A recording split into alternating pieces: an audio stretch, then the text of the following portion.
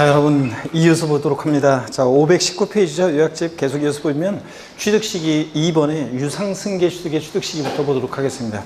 519페이지 2번 유상승계 취득이요. 매매 같은 유상승계 취득의 취득식은 원칙 언제냐 그러면 계약상 잔금지율입니다. 그래서 거래 당사자 간에 계약상 잔금 지급하기로 한 날 요때를 취득식이라고 합니다. 근데 그래서 일반적인 경우에는 계약상 잔금지율 밑줄인데 니은번 봅니다. 계약상 잔금지율이 명시되지 않았다. 자, 그래서 계약서를 봤더니 계약상 잔금지율이 불분명하다. 그러면 그 계약일부터 며칠이요? 60일 경과하는 날입니다. 밑줄이요. 그래서 시험에서는 바꾼다 그러면 계약상 잔금지율이 명시되지 않은 경우에는 등기일로 한다. 땡입니다. 계약상 잔금지율이 명시되지 않은 경우에는 사실상 잔금지급일로 한다. X입니다. 아니고 계약상 잔금지율이 명시 안 됐다 그러면 계약일부터 며칠? 60일을 경과하는 날입니다. 이런 거 주의하시고 그 다음에 디귿번입니다. 해당 취득, 요거는 디귿번은 제목을 달아놓는데 뭐라고 달아놓냐면 계약 해제 이렇게 달아놓습니다. 디귿번은 계약 해제예요. 계약 해제 이렇게 달아놓습니다. 계약 해제 이렇게 달아놓고 그래서 유상승계 취득의 계약 해제를 한번 보도록 하겠습니다. 보기 전에 아까 제가 그 요약집 518페이지 518페이지가 아니라 요약집 우리가 519페이지 아까 519페이지에 그 팁에 양가로 1번 건축에 의한 취득에서 건축물 건축하거나 개수로 인한 취득의 경우에 취득식이 원칙과 예외에 반는데 그 팁에 보니까 재개발 재건축 주택으로 재개발 재건축으로 취득한 주택의 경우 취득 시기가 여기 아까 제가 준공 인가증만 말씀드렸었는데 준공 검사 준공 인가증입니다. 준공 검사 증명서 준공 검사 증명서 또는 준공 인가증 이런 거 인가증 내주는 날 이런 거 내주는 날과 사실상 사용일 중 빠른 날입니다. 사실상 사용일 중 빠른 날 이렇게 중 빠른 날. 자, 이렇게 해서 여러분들이 아까 제가 준공 인가증만 하나만 소개해 줬잖아요. 이제 준공 검사 증명서나 그 다음에 준공 인가증 내주는 날과 사실상 사용일 중 빠른 날이에요. 중 빠른 날 이렇게 적어 놓습니다, 여러분들이. 그래서 하나 더 추가합니다. 아까 준공인가증 하나만 적어드렸잖아요. 준공검사 증명서, 준공검사 증명서나 준공인가증 내주는 날. 뭐 똑같은 거예요. 준공일을 기준으로 한다는 거예요. 예전에는 자 도시개발사업이나 정비사업으로 건축한 주택의 경우 취득 시기가 예전에는 소유권 이전 고시일의 다음날 또는 환지 방식이 할 때는 환지성 공고일의 다음날이었는데 이걸 준공 시점으로 앞당겼다 그런 얘기입니다. 그러니까 준공일 기억하면 돼요. 준공일. 자, 준공일 기억하시면 되겠죠, 이제. 그래서 준공일을 취득시로 한다는 거. 요거를 여러분들이 아시면 됩니다. 그래서 그 다음에 계속 이어서 우리가 519페이지 유상승계 취득의 취득 시기는 원칙 계약상 자금들이 명시가 안 됐다 계약일로부터 60일 경과하는 날. 그 다음에 동그라미 디귿번 계약 해제에 관한 내용을 설명드리려고 합니다. 자, 포인트는 어디냐면 해당 취득 물건을 여기요. 등기 등록하지 아니하고 여기가 포인트입니다. 등기 등록하지 아니하고 쫙 밑줄이고 대시 끊습니다. 여기가 포인트예요. 등기 등록하지 아니했어야 돼요. 등기 등록하지 아니했어야 돼요. 자, 하지 아니하고 계약일로부터 다음에 언어에 해당하는 서류에 의해서 계약이 해제된 사실이 입증되는 경우 자 대시 끊고 취득한 거 보지 아니한다는데 쫙 밑줄입니다. 밑줄은 해당 취득 물건을 등기 등록하지 아니하고 그 다음에 하나 더 서류에 의해서 계약 해제된 사실이 입증되는 경우에 취득한 것을 보지 않습니다. 취득세 안 냈으면 낼 필요 없고 낸 게 있으면 돌려줍니다. 근데 시험에서는 어떻게 바꿔서 나올 수 있냐? 등기한 후 또는 등기 등록이 된 경우라도 자, 계약 해제가 있고 해제된 사실이 화해조서, 인락조서 등에서 입증되는 경우에는 취득한 것을 보지 아니한다. X입니다. 등기가 된 경우에는 계약을 해지하고 입증이 되더라도 취득한 것으로 봅니다, 여러분. 아셨죠? 이게 포인트입니다. 등기 등록이 안 되고 아니하고 계약 해제가 되고 해제된 사실이 입증될 때 취득한 걸 보지 않습니다. 어떤 서류에서 입증이 돼야 되느냐? 화해조서, 인락조서. 자, 그 다음에 넘기시니까 520페이지 넘기니까 공정증서, 또 디귿번에 자 행정안전부에 인정하는 계약 해제 신고서, 또 4번에 D번에 부동산거래 신고 관련 법령에 따른 부동산거래 계약 해제 등 신고서, 이런 서류에서 화해조서, 인락조서 등에 의해서 입증될 때 출강을 보지 않습니다. 가로 안에 기간은 다 며칠이에요? 60일이에요. 자, 취득세에서 며칠 나왔다. 무조건 며칠이라고 그랬어요? 60일입니다. 그래서 30일로 바꿀 수 있는데 며칠 나오면 60일입니다. 자, 그래서 그 60일이니까 정부 60일이니까 뭐 신경 쓸 거 없고요. 하여튼 이런 서류에 의해서 입증이 되면 취득한 거 보지 않습니다. 포인트는 뭐라고요? 등기 등록되지 아니하고 계약 해지가 되고 입증이 될 때 취득한 걸로 보지 않는 거지, 등기가 된 경우에는 계약을 해지하고 입증이 되더라도 취득한 것으로 본다. 이걸 꼭 알아둡니다. 그 다음에 520페이지 동그라미 2번에 사실상 잔금지비를 취득시로 하는 경우 봅니다. 이거는 아무 때나 인정하지 않죠? 아무 때나 인정하면 자기들이 멋대로 막 조정할 거잖아요. 그렇기 때문에 객관적으로 잔금지비이 입증되는 경우만 사실상 잔금지비를 취득시로 합니다. 그래서 기업권 국가지자체, 지자체 조합으로부터 취득 9개 동그라미. 자, 국가나 자체로부터 제가 부동산을 유상승계 취득하는데 계약서상으로 잔금지비는 2020년 5월 10일이었는데 실제로는 5월 25일 날 잔금 치러지면 5월 25일 사실상 잔금지비를 취득 시도합니다. 객관적으로 입증이 되잖아요. 공무들이 다 적어놨으니까. 외국으로부터 수입에 의한 취득 수혜 동그라미 수입신고 필증에 의해서 입증이 됩니다. 공매 경매 방법에 의한 취득 공회 동그라미요. 자, 공매대금 경락대금 치른 날 법원에 기록 다 남아 있잖아요. 그러니까 그 공매대금 경락대금 치른 날을 사실상 잔금지비를 취득시로 하고, 리을본 판결문 판의 동그라미요. 판결문에서 취득가 입증된다. 민사소송이나 행정소송 절차에서 확정된 판결문으로 입증되면 이것도 확실한 게 있어요. 자, 근데 가로도 빗줄이죠. 화해, 포기, 인락, 자백간주한 경우는 판결문에서 어떻게 한다? 제외합니다. 객관성이 없는 서류죠. 정식 재판 전에 또는 재판 중에 조정하는 절차 속에서 나온 거니까 잔금지기를 객관적으로 증명할 수 있는 소리가 안 됩니다. 그래서 시험에서 화해 조소상으로 잔금지기로 입증되는 경우에 그 사실상 잔금지기를 취득세상 취득시로 한다. X입니다. 화해 조소상으로는 잔금지기를 객관적으로 증명할 수 없으니까 계약상 잔금지기로 돌아갑니다. 자, 그 다음에 법인장부에 의해서 취득하여 증명된 취득 법의 동그라미요. 자, 그래서 이거는 법인장부로 증명되는 경우라는 것은 어떤 법인과의 거래로 뭘 취득했다. 법인으로부터 뭘 분양받아 취득했다. 또는 A법인과 B법인, 법인 간의 거래로 뭘 취득했다. 이렇게 법인이 계약의 일방 당사자로 나오면 그 법인장부로 입증된다고 봐서 사실상 잔금지비를 취득시로 합니다. 법인장부로 입증되는 사실상 잔금지비요. 그래서 사실상 잔금지비를 취득시로 하는 객관적인 취득, 머리 글자를 따서 우리가 어떻게 외웠어요? 국수공판법입니다. 국수공판에 관한 법. 그래서 국수공판장 이렇게 강의하신 분도 있는데 국수공판장 이렇게 외우는 분은 2학년이거나 딴 데 공부하는 사람이라고 했습니다. 그죠? 국수공판법. 사실상 잔금지비를 취득시로 합니다. 장가로 2번 보기 전에 그 동그라미 미음 반할의 팁을 봅니다. 부동산 거래 신고 등하는 법률에서 검증이 이루어진 취득도 객관성은 있지만 헷갈린다고 취득시 언제로 한다? 계약상 잔금지비입니다. 이거 사실상 잔금지비 아니에요. 지금 법령 명칭은 다르지만 예전에 한때 부동산 거래 신고라는 법률 검증받은 취득이에요. 법령 명칭은 바뀌었지만 예전에 이거 객관성이 있다고 그래가지고 취득 시에를 사실상 잔금지비를 취득시로 한 적도 있었어요. 그렇게 하다 보니까 어떤 문제점이 생겼냐면 공인중개사 공부하는 여러분들도 계약상 잔금지비를, 사실상 잔금지비를 이런 게 헷갈리는데 일반 국민들이 어떤 때는 신고된 계약서를 보고 취득세를 신고 납부하고 어떤 때는 계약서 상관없이 사실상 잔금이 지급된 때부터 취득세를 60일에 신고 납부 뭐 이러니까 헷갈려 안 헷갈려요? 헷갈리잖아요. 그걸 어떻게 구별해요? 계약상 잔금지비와 사실상 잔금지비를. 그러니까 헷갈린다고 자 바꿨습니다. 부동산 거래 신고전환 법률에서 검증받은 취득도 개인 간 매매로 인한 경우 객관성이 있지만 취득 시에는 언제로 한다? 계약상 잔금지비입니다. 그래서 시험에서 개인 간 매매로 부동산을 취득하는 경우 취득 단 부동산 거래 신고전환 법률에서 검증받은 취득인의 경우에는 사실상 잔금지비를 취득시로 한다. X입니다. 언제다? 계약상 잔금지비입니다. 그럼 주의하시고 그 다음에 계속 이어서 봅니다.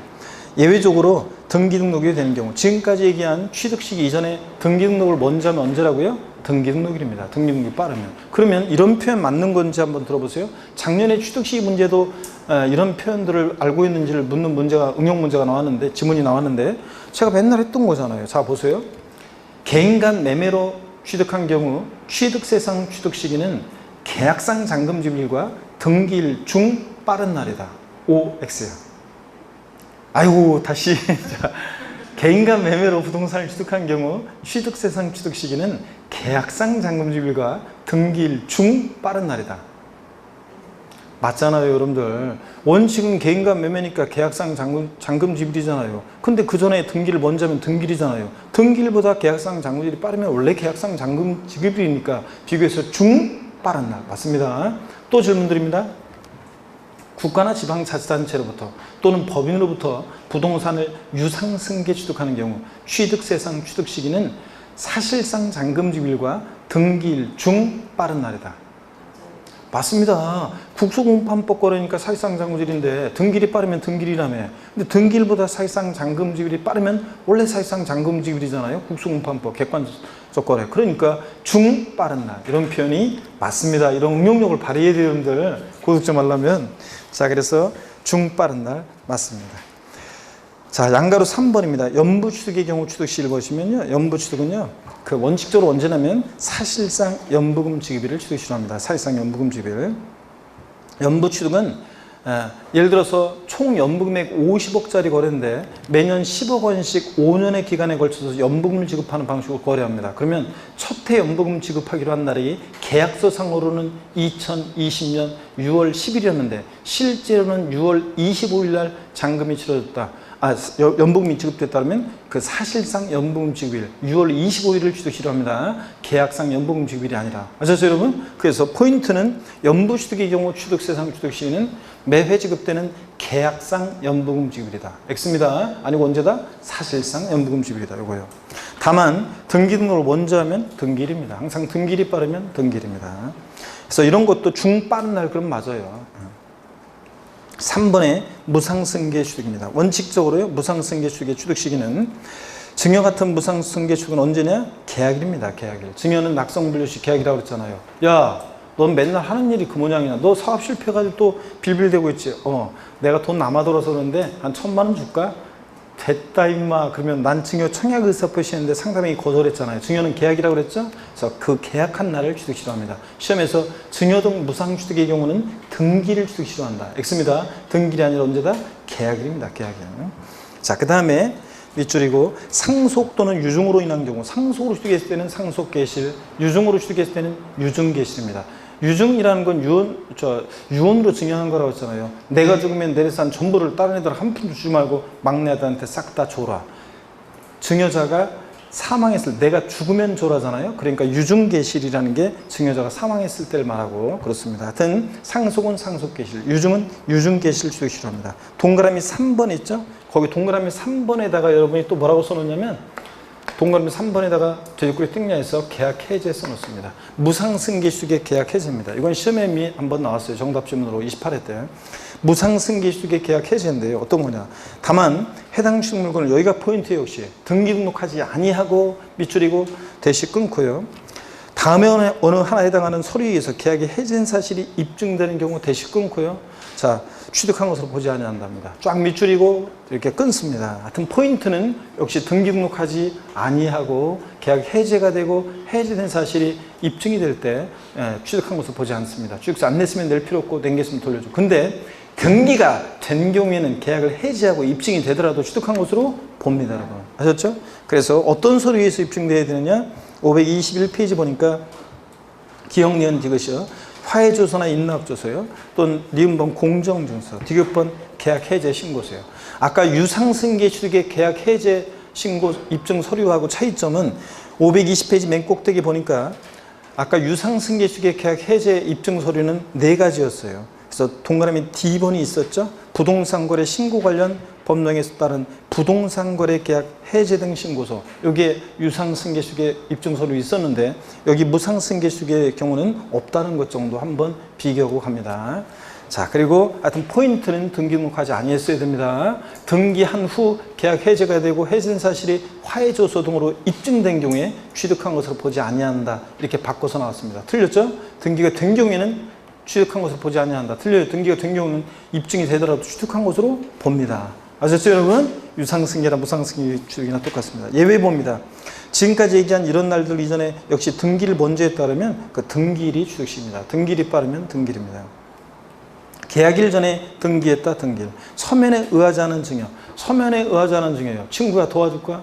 고마워 친구야. 그러면 이렇게 서면에 의하지 않은 구대의한 증여 계약은 지들이 멋대로 계약한 날을 조정할 수 있기 때문에 등기를 취득시로 하고, 하여튼 등기일이 빠르면 등기일입니다. 의제 취득, 간주 취득의 경우 취득시를 봅니다. 차량 등의 종류 변경이요. 차량계 장비 선박의 종류 변경에 따른 취득은 자 밑줄입니다. 사실상 변경된 날과 공부상 변경일 중 빠른 날입니다. 그래서 옛날에는 토지 지목 변경의 경우, 자 차량계 장비 선박 종류 변경의 경우, 자 원칙 사실상 변경일 불분명하면 공부상 변경일이다. 지금은 중 빠른 날이고, 양가로 이번 토지 지목 변경도 똑같습니다. 토지 지목 변경에 따른 취득은 밑줄입니다. 토지 지목이 사실상 변경된 날과 공부상 변경을 비교해서 중 빠른 날입니다. 그리고 다만 지목 변경 이전에 사용하는 부분이 있으면 사실상 사용일이고요. 그냥 이건 뭐 그 전에 사용을 했다 사용일이고, 하여튼 원칙 잘 기억합니다. 사실상 변경일과 공부상 변경을 비교해서 중 빠른 날입니다. 자, 그 다음에 한 가지 작년 시험에 나온 것 중에서 빠진 게 있는데, 한 가지 뭐 더 추가한다 그러면 이런 거예요. 5번에 놓고요. 민법 규정에 따른 재산분할로 인한 취득이요. 재산분할로 인한 취득. 재산분할로 인한 취득은, 민법 규정에 따른 재산분할로 인한 취득은 그 등기 등록일이요. 그 등기 또는 등록일. 그 등기 또는 등록일을 취득시로 합니다. 자, 우리 남편에서 재산분할 종권 행사요. 남편에서 4명의로 등기한 날입니다. 그래서 재산분할로 인한 취득 등기일 또는 등록일입니다. 근데 물론 이것도 등기일 또는 등록일이라는 거, 이거 것을 여러분들이 거기다가 또 하나 더 추가해서 적어놓습니다. 그래서 작년 시험에 지문에도 이것도 나왔었습니다. 그냥 옳은 지문 이거는 그냥 나왔었는데, 재산분할로 인한 취득은 그 등기일 또는 등록일이다. 남편이 4명의로 그 취득 물건을 그 등기 등록한 날입니다. 자, 이거 하나 더 추가하고요. 자, 그 다음에 제6절 과세표준을 보겠습니다. 자, 과세표준은 별표에 3개 여러분들. 자, 과세표준과 세율은 항상 출제 1순위입니다. 별표에 3개 해놓고 한번 보겠습니다. 먼저 521페이지에 취득세 과세표준은 취득 가격이에요. 취득 가격인데, 신고 납부하는 세금이니까 누가 과표를 결정하느냐? 납세무자가 과표를 결정합니다. 그럴 때, 자, 취득 당시 가액을 기준으로 하는데, 취득 당시 원칙적으로 취득 당시 가액이라는 것은 납세무자가 신고하는 가액을 말합니다. 그래서 거기 신고 가액에다가 여러분이 뭐라고 써놓냐면, 그 신고 가액 돼 있잖아요. 원칙 신고 가액 돼 있잖아요. 그 앞에다가 신고 가액 앞에다가 뭐라고 써놓냐면 취득 당시 신고 가액입니다. 정확히 얘기하면 취득세 과세표준은 취득 당시 가액을 말하는데, 이때 취득 당시 가액이라는 것은 취득자가 신고하는 가액을 말합니다. 그래서 취득 당시란 말을 끼워 넣습니다. 그래서 이게 이제 등록면허세하고 차이점인데, 하여튼 취득세는 취득 당시 가액을 기준으로 하는데, 원칙적으로 취득 당시 그 신고하는 가액을 과세 표준화합니다. 다 뭐 예를 들어서 3억 7천에 취득했다? 그럼 취득했다고 신고하는 3억 7천만 원을 취득가액으로 합니다. 원칙 신고하는 가액이에요. 다만 연부로 취득할 때는 매회 사실상 지급되는 연부금액을 과세 표준화합니다. 밑줄에 연부 취득은 연부금액이에요. 그래서 첫해 총 연부금액이 50억짜리 거래인데 5년에 걸쳐서 매년 10억 원씩 연부금을 지급하기로 연부매매계약을 체결했어요. 2년 이상의 기간에 걸쳐서 매년 대금을 지급하는 방식 거래하는 게 연부거래잖아요. 그럴 때 첫해 연부금 지급일이 연부금 지급하기로 한 그 연부금 지급일이 첫해 연부금 지급일이 계약서상으로는 2020년 예를 들어서 만약에 6월 10일입니다. 근데 실제로 사실상 연부금이 지급된 것은 2020년 6월 25일이면 아까 취득시 언제를 취득시로 한다고 그랬어요? 매회 지급된 언제? 사실상 연부금 지급일을 취득시로 한다고 그랬잖아요. 아, 그렇잖아요. 계약상 연부금 지급일이 아니라 취득시, 연부 취득이면 취득시기를. 또 이때 계약서상으로 지급하기로 한, 만약에 연부금액은 계약서상으로 지급하기로 한, 보세요.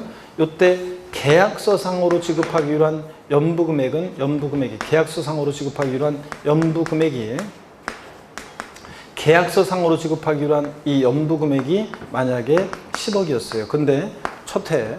근데 실제로 사실상 지급된 연부금액은 만약에 8억 원이었다. 그러면 얼마를 과세 표준한다고요? 연부취득의 경우 어떤 걸 과세 표준해요? 이 사실상 지급된 연부금액을 과세 표준합니다. 계약서상으로 지급하기로 한 연부금액이 아니라요. 네? 이게 포인트입니다. 연부취득은 매회 사실상 지급되는 그 5년의 기간에 걸쳐서 연부매매기 체결했다. 네? 매년 10억 원씩 연부금 지급하기로. 그러면 요 계약서상으로 지급하기로 한 연부금액이 아니라 실제 8억 원이 지급되면 8억 원. 이 사실상 지급되는 연부금액을 과세 표준한다는 얘기입니다. 사실상 연부금액을 과세 표준한다는 거. 계약상 연부금액이 아니라는 거. 요거 포인트입니다. 그 다음에 계속 이어서 봅니다. 예외적으로 취득세는 원칙 취득 당시 신고하는 가액을 과세하는데 예외적으로 시가순액이 과세되는 경우가 있죠. 다 납세문자가 불성실 신고한 경우인데 신고하지 않거나 무신고 또는 신고서에 신고 가액의 표시가 없거나 또는 납세문자 신고했는데 신고한 가액이 시가순액보다 미달하게 신고되면 불성실 신고했다고 본다고 그랬죠? 그렇잖아요. 시가표준액이라는 것은 소위 시가의 7, 80% 선에서 결정된다고 하는데 그거보다 더 낮게 신고하면 객관적 입증이 없는 한은 불성실 신고했다고 봐서 무엇을 과세 표준한다? 시가표준액. 항상 지자체 장은 무엇으로 과표 결정합니까? 시가표준액으로. 우리가 공시가격 그러면 국세에서는 기준시가라고 하고 지방세에서 뭐라고 한다? 시가표준액. 지방자치단체장은 항상 세금 계산할 때 무엇으로 세금 계산한다? 시가표준액으로. 그랬잖아요, 여러분들. 시가표준액이라는 게 토지는 개별 공시지가, 주택은 개별 주택 가격이나 공동주택 가격을 의미하고 등등. 하여튼 시가표준액이 과세되는 경우 어떤 경우냐? 납세문자가 불성실 신고한 경우입니다. 신고하지 않거나 신고한 가액 시가표준액보다 적게 신고되거나 이럴 때는 무엇을 과표로 결정한다? 시가표준액으로 지자체장이. 넘어갑니다. 522페이지입니다. 특례가 나오죠. 신고가액이나 시가표준액에 관계없이 언제나 항상 사실상 취득가액을 과세 표준 금액으로 하는 경우가 있습니다. 이건 아무 때나 인정하지 않죠? 그럼 지들이 멋대로 아무 때나 그냥 가격을 정할 거기 때문에 객관적으로 입증되는 거래만 사실상 취득가액을 과세로 합니다. 국가, 지자체, 조합부터 취득하거나 국외 동그라미요. 제가 국가나 자치로부터 부동산을 유상승계 취득하는데요. 시가표준액 1억짜리를 8천만 원에 취득했습니다. 그러면 공무원들이 다 적어놨으니까 사실상 취득가격 8천만 원 입증이 되니까 그 8천만 원을 과세 표준합니다. 시가표준액이 미달하더라도. 그렇죠, 여러분들? 여러분들 아무 표정의 변화도 없고 마스크를 써서 표정도 잘 보이지는 않지만 그래도 눈빛을 보면 알 수 있는데 아무 표정의 변화도 없고 자, 그래서 그런 게 그렇습니다. 제가 어제 이제 친구들을 좀 만났어요. 그 동네에 있는 친구들이 이제 만나는데 그쪽에 이제 사무실 있거나 이제 그런 친구들 좀 만났어요. 그래서 만나는데 한 친구가 이제 그런 얘기 하더라고요. 한 친구가 협회 같은데 이제 중개사 협회 아니고 그 친구 이제 뭐 변호사 협회도 있고 법무사 협회도 있고 그런데 법무사 협회 같은 데서 한 친구가 이제 다른 친구를 만났어요. 그래서 만나서 이제 둘 다 사시하다가 사시 안 돼가지고 법무사 시험 이제 합격한 친구들 2명인데 그 한 친구가 먼저 합격했고 나중에 합격했어요. 그래서 협회에서 만나가지고 반갑다 그랬는데 다른 한 친구가 성격이 원래 그런 친구인데 그냥 아무 표정 없이 있잖아요. 얘가 내 동기라고 막 사람들 앞에서 딱 하면서 아는 척했더니 얘가 아무 표정 없이 그러면서 그냥 화장실 가버리더니 그래가지고 엄청 충격받았다 막 이런 얘기하고 그러는데 우리가 사람이 그런 친구들이 가끔씩 있어요. 반갑게 나는 딱 반갑다 그랬는데 상대방 친구가 뭐 반가워? 반갑긴. 그래서 그냥 가버리면 무한하잖아요, 늘. 그런 친구였는데 수업할 때 제가 여러분한테 딱 뭔가를 딱 설명을 딱 해서 여러분이 딱 뭔가 아는 표정을 지어야 되는데 우리가 과거에 공부했던 것들이고 이미 앞선 과정에서 그런데 알고 있다는 표정을 딱 지어야 되는데 아무 표정의 변화가 없어. 자, 그때 느끼는 감정이 아까 그 친구가 느꼈던 감정하고 비슷한 건가? 하여튼 뭐 비슷할 수 있어요, 여러분들. 자, 한번 봅니다. 국가나 지자체 조합으로부터 취득했다. 시가표준액 1억짜리 8천에 입증이 되죠? 자, 그러니까 사실상 취득가액을 과세표준하고 2번 외국으로부터 수입에 의한 취득, 수의 동그라미요. 수입에 의한 취득, 수의 동그라미입니다. 자, 그래서 이것도 수입으로 취득했다 그러면 수입신고 필증이 입증이 되니까 공매 경매 방법으로 취득했다. 공의 동그라미죠. 예를 들어서 시가표준액 1억짜리 지방세과세 시가표준액은 예를 들어서 1억인데요. 지방세과세 시가표준액은 예를 들어서 1억짜리인데 시가표준액 1억짜리인데 요거 공매 경매 넘어갔습니다. 그 경락된 가격이 예를 들어서 8천만 원입니다. 취득세 과세 표준 금액은 얼마로 합니까? 얼마로 해요? 얼마로 시가표준액 2억짜리를 경매 공매 넘어가는데 경락된 가격이 8천이에요. 어떤 걸 과세 표합니까? 8천만 원. 시가표준액이 미달하더라도 객관적으로 입증이 되니까. 그 다음에 법인장부에서 확인되는 취득. 법인이 계약의 일방당사면 그 법인의 법인장부로 입증된다? 사실상 취득가격을 과세표합니다. 법인장부 입증되는. 그 다음에 판결문에 의해서 취득되는 경우 판의 동그라미고, 민사소송이나 행정소송 절차에 확정된 판결문으로 취득가격 입증된다. 이거보다 확실한 게 어디 있어요? 다만 또 밑줄이죠. 화해, 포기, 인락, 자백간주한 경우는 판결문에서 제외합니다. 객관성 없죠? 그래서 여러분 봅니다. 시가편의 1억짜리인데 화해 조소상으로 입증되는 가격이 시가편에 미달하는 경우에도 그 조소상 입증되는 가격을 취득세 과세표준금액으로 한다. O, X예요. X입니다. 화해 조소상으로는 사실상 취득가격을 입증할 수 없으니까 뭘 과세표합니까? 시가편액을 과세표합니다. 그렇잖아요. 객관성 없는 서류니까. 자, 취득가격을 객관 증명 서류가 아니니까. 그래서 이런 것들 주의하시고. 그 다음에 동그라미 6번입니다. 부동산 거래 신고등한 법률 부의 동그라미 신고서 제출해서 검증받은 취득이요. 이거는 객관성이 있다고 그랬습니다. 자, 근데 요게 단서가 올해 이제 2020년 개정세법 신설된 규정입니다. 세무서장이나 지방국세청장으로부터 통보받은 자료, 또 부동산 거래 신고등한 법률에 따른 조사 결과에 따라 확인된 금액보다 쭉 밑줄입니다. 확인된 금액보다 적으면 그 확인된 금액을 과세표합니다. 그래서 그 부족액을 추정하게 되는데 이게 어떤 얘기인지 한번 소개를 해드리겠고요. 배경적인 것을 자 한번 봅니다. 이게 정확히 얘기하면 시가 순액 또는 무신고 허위 신고의 경우에 취득세 과세표준인데 이게 어떤 거냐면 시가 순액 또는 사실상 취득가액을 과세 표준으로 하는 경우에 있어서 무슨 얘기냐? 한번 보세요. 취득 가격이 굉장히 커요. 취득 가격이 이 정도 가격대에 있다고 할게요. 굉장히 커요. 근데 지방세 과세 시가 표준액이 굉장히 낮아요.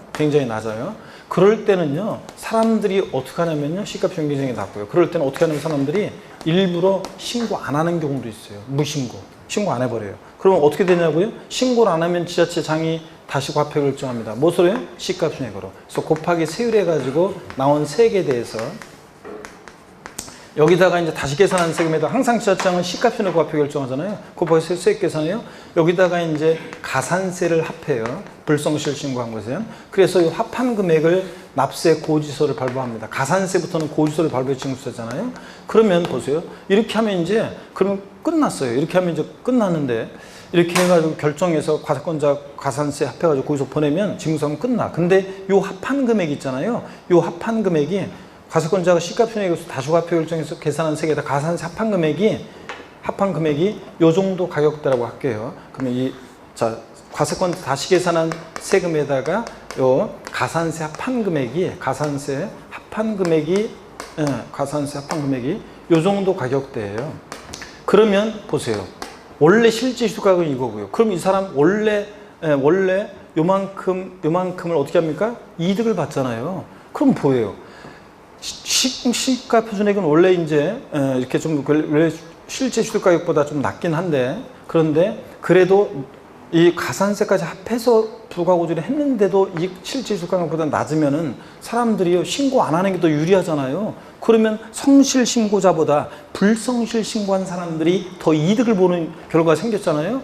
그리고서 과세권자 한 번 이렇게 해가지고 부가고지하면 가산세까지 합해요. 그러면 그대로 끝이었어요. 그럼 이 사람은 무신고한 사람이 이만큼 이득을 보고 그냥 끝나는 현상이 계속 발생했어요. 또 부동산 거래 신고 등에 하는 법률에 의해서 신고 제출 검증받은 취득인데 이때 검증이 이게 사실은 기술적으로 그냥 이렇게 신고 오면은 그냥 대충 이렇게 해가지고 그 일정 기일 내에 이렇게 이제 확인을 해주고 이렇게 하기 때문에 이걸 검증을 제대로 못했어요. 근데 나중에 그래서 이제 사실상 취득가격으로 해가지고 부동산 거래 신고된 법률 신고 제출 검증받은 취득 그걸 사실상 취득가격으로 해서 그냥 신고된 가격을 과표는 결정을 해서 끝났는데 나중에 지방국세청장이나 관할 세무장들로부터 통보받은 자료에 비춰봤더니 또 부동산 거래 신고되는 법률에서 검증을 나중에 조사 결과 다시 한번 제대로 해봤더니 확인된 금액보다 차이가 나요. 그러면 뭘 과세표준에서 다시 세금을 부과한다고요? 이 확인된 금액으로 세금을 다시 부과한다는 얘기입니다. 부족액만큼 추징하고 그때는 불성실 신고한 것에 대해서는 또 가산세도 부과해요.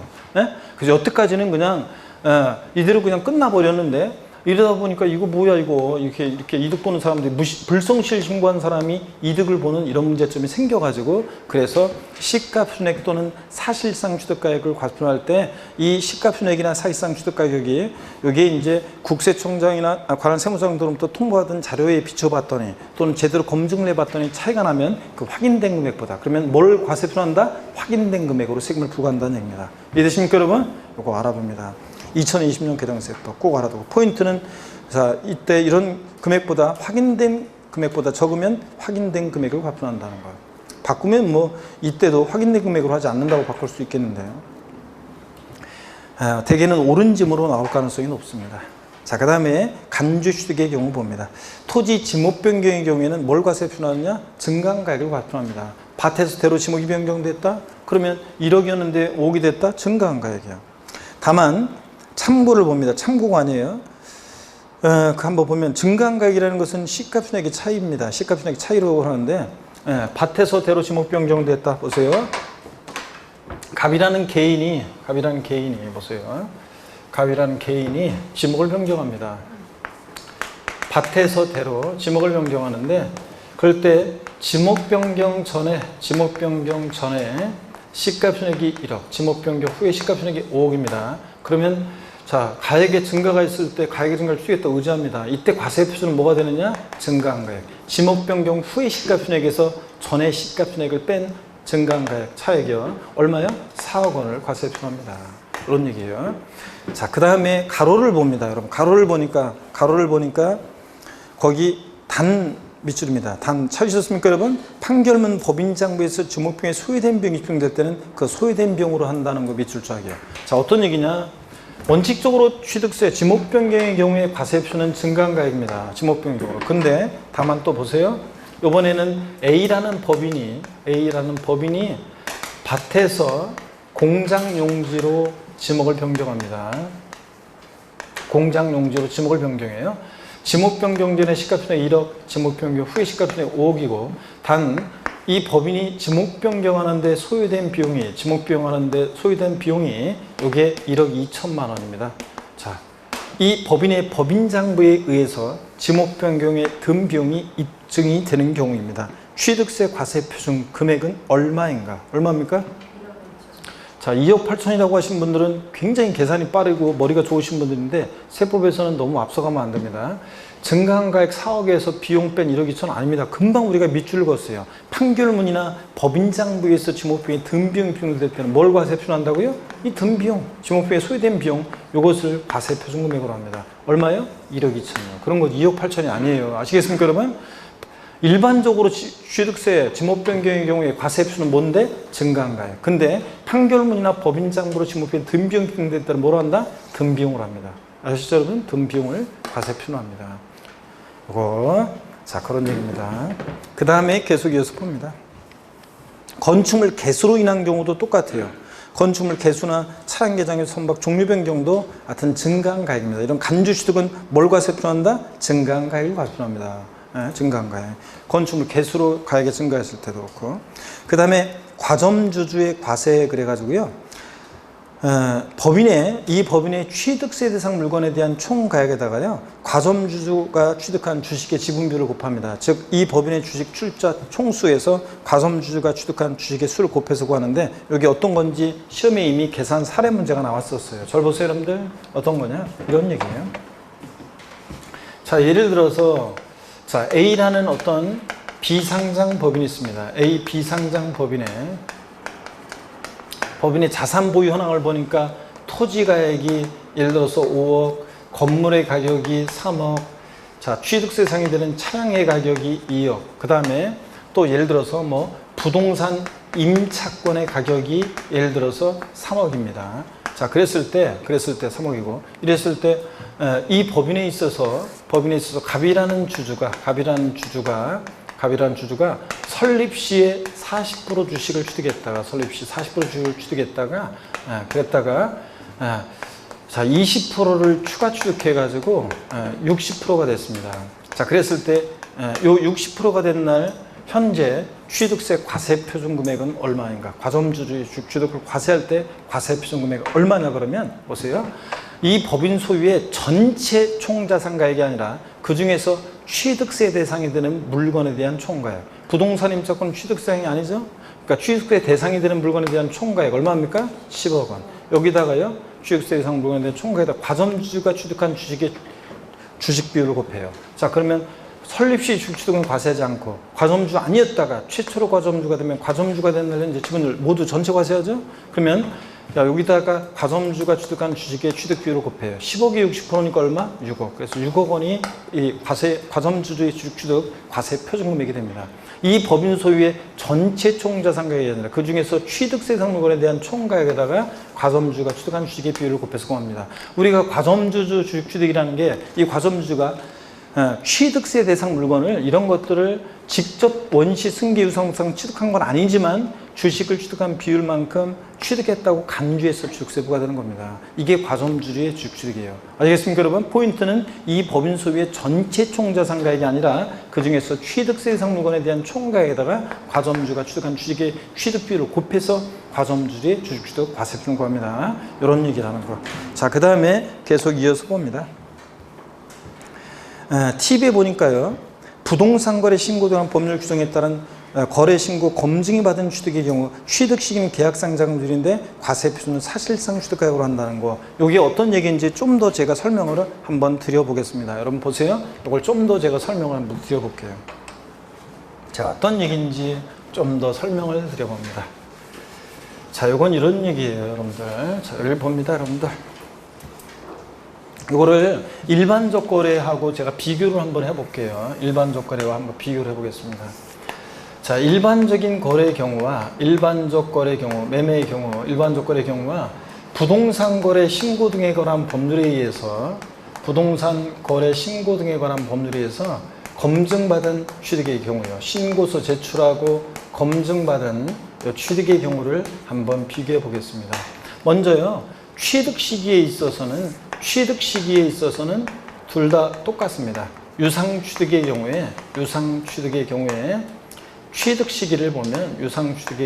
시기를 보면 먼저 일반적 거래의 경우는 어느 때를 취득 시로 하느냐 그러면 계약상 잔금률입니다. 그렇잖아요. 원칙 유상 취득 계약상 잔금률이잖아요. 부동산 거래 신고되는 법률에서 신고 제출하고 검증받은 취득도 객관성은 있지만 헷갈린다고 취득 시 언제로 했어요? 계약상 잔금률입니다. 그래서 취득 시기는 둘 다 똑같습니다. 일반적 거래하고. 근데 과세 표준에서 차이가 나는데 한번 보세요. 과세 표준에서는 차이가 나는데 어떤 거냐? 자, 일반적 거래의 경우는 여기 보세요. 신고가액과 납세문자가 취득 당시 신고하는 가액과 지방세 과세 시가 표준액하고 비교해 봤더니 자, 시가 표준액에 미달합니다. 신고가액이. 그럼 어떤 걸 과세 표준한다고 아까 배웠어요? 신고가액 시가 표준액이 미달하면 뭘 과세 표준해? 시가 표준액으로 합니다. 이번에는 신고가액이 시가 표준액보다 높게 신고됐습니다. 어떤 걸 과세 표준합니까? 그럼 원칙적으로 원래 취득 당시 신고가액을 과세하잖아요. 그죠? 그러니까, 결론. 이 편이 시험에 나온 적도 있지만, 자, 일반적 거래는 매매의 경우에는 신고가액과 시가표준액 둘 중 어떤 거? 둘 중 큰 금액을 취득세 과세 표준금액으로 합니다. 근데 부동산 거래 신고들은 법률에서 검증받은 취득은 그 신고가액을 사실상 취득가격으로 합니다. 사실상 취득가격. 그러다 보니까 보세요. 신고가액과 시가표준액이 있는데 이 신고한 가액이 시가표준액이 미달하게 신고되더라도 이 신고한 가액을 사실상 취득가격으로 합니다. 부동산 거래 신고되는 법률에 신고제도 검증받은 취득이니까. 그래서 이런 차이점이 있다는 거 여러분들이 비교합니다. 차이점 아시겠습니까, 여러분? 일반적 거래하고 이런 차이점이 있습니다. 자, 취득 시기는 똑같이 둘 다 계약상 자금들이고요. 그 다음에 시가표준액법입니다. 시가표준액이라는 것은 지방세를 과세할 때 그 물건에 대한 기준이 되는 가격입니다. 자, 그래서 물건에 대한 기준이 되는 가격인데 일단 항상 지자체장은 시가표준액 과표를 정합니다. 그럴 때 자, 토지 주택의 경우 공시된 가격이 있는 경우 봅니다. 토지의 경우는 원칙적으로 토지는 개별 공시지가, 개별 필셀에 대한 땅값, 개별 공시지가가 토지 기준시가도 되지만 시가표준액도 됩니다. 이게 시가표준액이고, 주택은 개별 주택 가격이나 공동주택 가격이 주택의 시가표준액입니다. 단독주택이나 다가구 주택에 대한 공시가격은 이게 개별 주택 가격이고, 아파트 같은 것은 공동주택 가격이 산정고시 되는데 이게 주택의 시가표준액이고, 그 다음에 공시된 가격이 있을 때, 공시된 가격이 없을 때는 시장 분수가 자, 토지 가격 비준표나 주택 가격 비준표를 사용해서 산정한 가격으로 하고, 자, 토지주택 이외의 건축물은 외울 필요는 없어요. 건물 신축 가격 기준액에다가 소득세법 규정에 따른 건물 신축 가격 기준액에다가 여러 가지 지수들을 적용해서 구하는데 참고적으로 읽어보시면 되고요. 그 외에 이제 나머지 취득세 물건에 대한 시가순액 결정은 생략이 되어 있는데 뭐 이 정도만 아셔도 되겠습니다. 자, 그래서 시가순액이 뭔지 봤고요. 물론 이제 이런 것도 있어요. 자, 당해연도에 아직 올해 만약에 당해연도에 아직 공시가격이 공시가 안 됐다. 시가순액이. 그러면 어떻게 하느냐? 그럼 직전 연도 거 적용합니다. 예? 아니, 올해 예를 들어서 2020년 뭐 1월 달에 거래를 했어요. 그러면 2020년 1월 달에는 아직 올해 당해연도 공시가격이 시가순액이 산정공시 안 됐을 거 아니에요. 그랬을 때는 어떻게 하냐? 전년도 걸 적용하고 뭐 이런 겁니다. 또 아예 공시가 안 됐다. 그러면 지금처럼 토지가격 비준표나 주택가격 비준표라는 것을 사용해서 산정 가격으로 하고 뭐 이런 것도 있습니다. 자, 이렇게 해서 한번 보시고, 그 다음에 523페이지 과세표준 포함 여부 있잖아요. 이건 어떤 거냐면 사실상 취득가격을 발표할 때 얘기입니다. 사실상 취득가격을 발표할 때. 근데 사실은 아까 과세표준에서 중요한 거 하나를 빼먹었네요. 제가 522페이지에 사실상 취득가격 포함 여부를 보기 전에 522페이지 다시 보세요. 우리가 사실상 취득가격을 과표하는 경우 시가분액 관계없이 요거 머리 글자를 따라 순서는 바뀌었지만 우리 어떻게 배웠어요? 국수, 공판법, 부 같은 객관적인 취득은 사실상 취득가격을 과표합니다. 그죠, 여러분들? 근데 이거는 유상승계 취득일 때가 그런 거지. 거기 사실상 취득가격에다가 여러분이 사실상 취득가격에다가 대입구리 땡내에서 뭐라고 써놓냐면 무상 취득은 제외입니다. 자, 이 사실상 취득가격에서 제외되는 경우가 있는데, 이 사실상 취득가격에서 제외되는 경우가 있습니다. 제외되는 경우가 있는데, 사실상 취득가격에서 제외되는 경우가 있는데, 한번 보세요. 사실상 취득에서 제외되는 경우가 있는데, 하나는 어떻게 하냐면, 무상 취득은 사실상 취득가격에서 제외됩니다. 유상승계 취득일 때가 국수공판법도 아싸 사실상 취득가격으로 하는 거지, 국가나 지자체로부터 부동산을 무상으로 취득했다? 그러면 사실상 취득하면 빵원이잖아요. 공짜로 받았으니까. 그럼 빵원 곱하기 세로 하면 산출세 빵 되잖아요.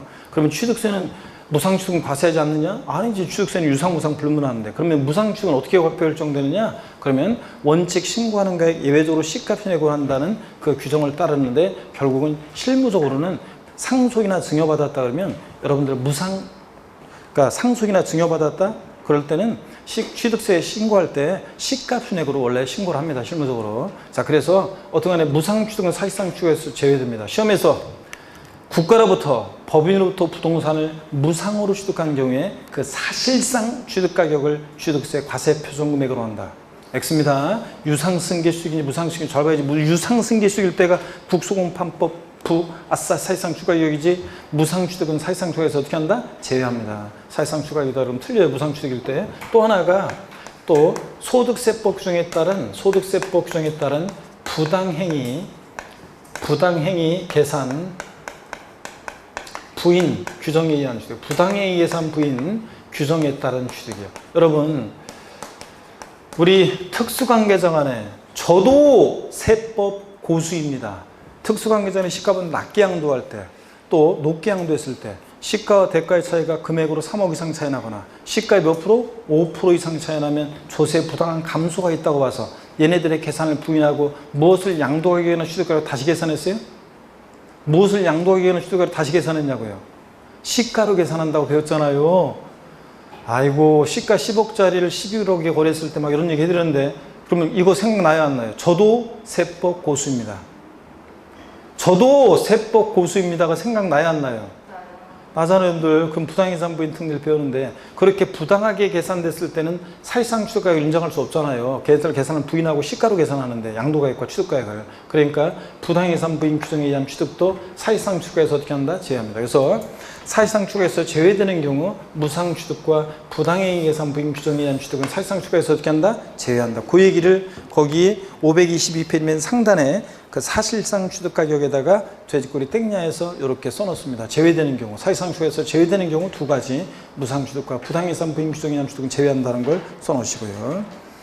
자, 그 다음에 이때 다시 523페이지로 오시면, 이때 사실상 취득가액을 과세표준화할 때 국수공판법부 사실상 취득가액을 과세표준화할 때 이 사실상 취득가격에 포함되는 게 있고 포함되지 않는 게 있어요. 자, 그래서 저를 보세요. 사실상 취득가격이라는 것은 취득 시기 이전에 취득하기 위해서 거래 상대방이나 제3자에게 지급하였거나 지급할 일체 직접 간접 비용을 말합니다. 취득하기 위해서 거래 상대방이나 제3자에게 지급하였거나 지급할 일체 직접 간접 비용을 말하는데 이 사실상 취득가격에 그래서 포함되는 게 있고 포함되지 않는 게 있습니다. 이게 시험에 자, 서술형으로도 나오고 또 계산 사례 문제로도 나오고 몇 번 나왔습니다. 자, 그래서 반드시 알아두셔야 되는데 먼저 취득가격에 포함되는 대상을 봅니다.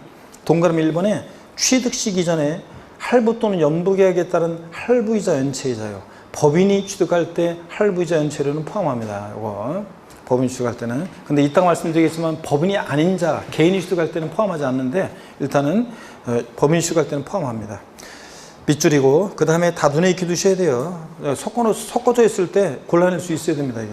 자, 동그라미 2번입니다. 주택도시기준법 규정에 따라 매입한 궁택 채권을 해당 부동산 취득 이전에 양도하면 발생하는 이 채권 매각 자손 같은 것도 포함합니다. 채권 매각 자손도. 그 다음에 동그라미 3번 취득 시기 전에 건설자금이자 이런 것도 포함해요. 건설자금이자. 그 다음에 동그라미 4번 농지보전부담금이나 또 올해 추가된 건데 미술작품의 설치 또는 문화예술진흥기금에 출연한 금액이나 대체 산림자원 조성비 같은 것도 포함합니다. 이런 것도. 그 다음에 동그라미 5번이요. 매매대금을 일시에 지급함에 따라 일부를 감면받은 경우에 할인금액 같은 것도 이것도 자 할인된 금액은 포함하는데 이게 어떤 건지 포함되지 않는 것과 이따가 나오는 건데 미리 한번 설명드리면 이렇습니다. 여기 보세요 여러분들. 우리가요.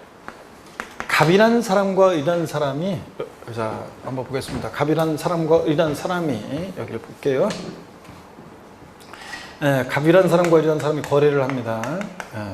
근데 이게 예를 들어서 10억짜리 거래인데요. 매매대금을 일시에 거래대금을 일시 지급하기로 합니다. 그래서 약정한 거래대금은 10억이었습니다. 근데 이 매매대금을 갑이 매매대금을 일시에 지급함에 따라서 매매대금을 을이 갑에게 일시에 지급합니다. 일시 지급함에 따라서 갑이 기분이 좋아서 그래 내가 1,000만 원 깎아줄게. 할인된 금액이 매매대금을 일시에 지급함에 따라 할인받은 할인 금액이 얼마였냐면 예를 들어서 1,000만 원이었다고 할게요. 1,000만 원입니다. 그러면 말장난 같지만 할인된 금액은 얼마입니까? 할인된 금액은 얼마예요? 말장난 같지만 할인된 금액은 얼마입니까? 9억 9천이잖아. 할인된 금액은 얼마예요? 9억 9천이잖아요. 9억 9천. 그러면 보세요. 그럼 9억 9천만이요. 그러면 취득세 과세표준 금액은 얼마로 하느냐 그러면 할인된 금액 9억 9천만 원을 과세표준을 하잖아요. 이때 매매대금을 일시 지급함에 따라 할인받은 할인 금액은 이 취득가격에 이것은 포함한다 포함하지 않는다? 포함하지 않습니다. 여러분. 이것은 포함하지 않는다 그런 얘기입니다. 매매대금을 일시 지급함에 따라 할인받은 할인 금액은 포함하잖아요. 할인된 금액을 과세표준합니다. 그런 얘기입니다. 이게. 자, 계속해서 보겠습니다. 그 다음에 동그라미 6번입니다. 취득하는 데 필요한 용역비나 수수료 같은 것도 포함합니다. 취득하는 데 필요한 용역비나 수수료도 포함합니다. 취득하기 위해서 들어가는 용역비나 수수료도 포함하고 또 동그라미 7번 취득대금 외에 당사자 약정에 의한 취득자 조건부담액과 채무인수액도 포함하는데 이건 어떤 거냐면 우리가 소위 말해서 전세 끼고 집을 산다 그럴 때 한번 보세요 여러분. 소위 전세 끼고 집을 산다.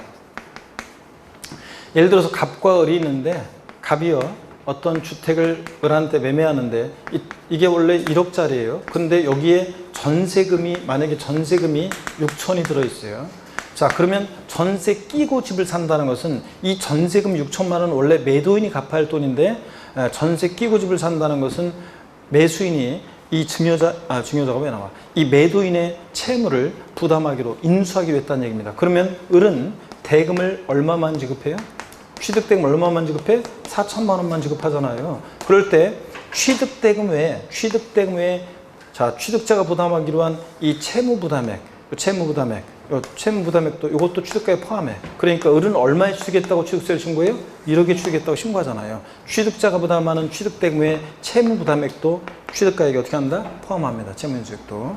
자, 이런 얘기고. 그 다음에 동그라미 8번, 요게 또 작년에 개정된 거라 또 밑줄입니다. 공인중개사법에 따른 공인중개사 지급한 중개보수도 취득가에 포함합니다. 중개보수. 근데 다만 법인이 아닌 자가 취득하는 경우는 제외한다. 그러니까 무슨 얘기냐면 다 밑줄입니다. 그러니까 법인이 취득할 때 중개보수는 포함하는데 법인이 아닌 자가 취득할 때는 포함하지 않는다. 그런 얘기고. 개인이 취득할 때는. 그 다음에 동그라미 9번 붙박이 가구, 가전제품 등 건축물에 부착되거나 일체를 누리면서 건축물의 효용가치를 유지 또는 증대시키기 위한 설비, 시설 등의 설치 비용도 취득가에 포함하고 정원 또는 부속설물 등을 조성, 설치하는 비용도 포함하고요. 이런 것들 눈에 한번 익혀두고요. 자, 그 다음에 포함되지 않는 것을 한번 보겠습니다. 취득식 이전의 할부이자 연체료. 즉 개인이 취득할 때 밑줄입니다. 법인이 취득할 때 연체를 할부자는 포함하는데 개인이 취득할 때 연체를 할부자는 포함하지 않습니다. 밑줄이고 아까 동그라미 1번과 비교가 되고요. 그 다음에 2번 취득 물건의 판매를 위한 광고 선점이나 판매 비용 같은 이런 것들 하지 않습니다. 신문에 분양 광고 내거나 벼룩시장에 광고 내거나 판매를 위한 광고 선점이 같은 거 포함하지 않고요. 전기가스, 열 등을 이용하는 자가 분담하는 비용도 시험에 한번 나왔지만 포함하지 않습니다. 부가가치세 포함하지 않습니다. 이거 부가가치세 포함하지 않고 또 5번 매매대금을 일시 납품에 따라 대금의 일부를 감면받는 경우에 그 할인 금액은 포함한다 안 한다? 안 한다고 그랬습니다. 아까 1,000만 원 깎아줄 때. 자, 이주비라든가 지작물 보상금 같은 취득 물건과는 별개의 성격으로 지급하는 이주비, 지작물 보상금 같은 이런 것들 포함하지 않습니다. 눈에다 익혀주셔야 돼요. 이주비, 지작물 보상금. 이주비라든가 지작물 보상금이나 이런 것들. 취득 물건과는 별개 성격의 지작물 보상비 같은 거. 이주비나 지작물 보상 비용 같은 이런 것들은 포함하지 않습니다, 여러분들. 자, 이렇게 하나 더 추가하고요. 자, 그러면은 그 표 아래에 주의 이렇게 되어 있죠. 취득식 이전에 할부이자 연체이자의 경우 법인의 경우는 포함되지만 개인의 경우 포함되지 않는다는데 제가 또 더 설명을 드려볼게요. 여러분 여기 봅니다. 자, 여기 보세요, 여러분. 어떤 거냐면 취득가격 포함 여부에서 한번 봅니다. 어떤 거냐면 할부이자 연체료, 연체료, 또 그 다음에 할부이자 연체료, 또 공인중개사에서 지급한 중개보수 같은 것은 중개보수, 이런 것들은 보세요. 이런 것들은 누가 취득하느냐에 따라 달라져요. 법인이 취득할 때 연체료, 할부이자, 중개보수는 이것은 취득가격에 포함합니다. 자, 사실상 취득가격에 포함해요. 근데 법인이 아닌 자, 개인이 취득할 때 연체료, 할부이자는 이것은 사실상 취득가격에 포함하지 않습니다. 자, 그래서 이렇게라도 기억하라고 그랬습니다. 법인이 취득할 때 연체료, 할부이자는 법은 바른 거니까 O 포함하는데 법은 바른 거죠. 근데 이런 XX 이렇게라도 기억하라고 했는데 심화과정에서 했던 거 생각나요, 안 나요? 자, 개인이 취득할 때 이런 XX 포함하지 않고 법인이 취득할 때 연체료, 할부이자는 어떻게 하고? 포함하고. 자, 할부이자, 연체료, 중개보수 이런 것들 누가 취득하느냐에 따라 달라지기 때문에 항상 잘 보셔야 됩니다. 그래서 이것도 여러분들이 잘 알아두시고요. 여러분들 누가 취득하느냐에 따라 달라집니다. 잠시 쉬었다가요. 우리가 기출문제집 잠시 쉬었다가 풀어드리도록 하겠습니다. 잠깐 쉬도록 하겠습니다.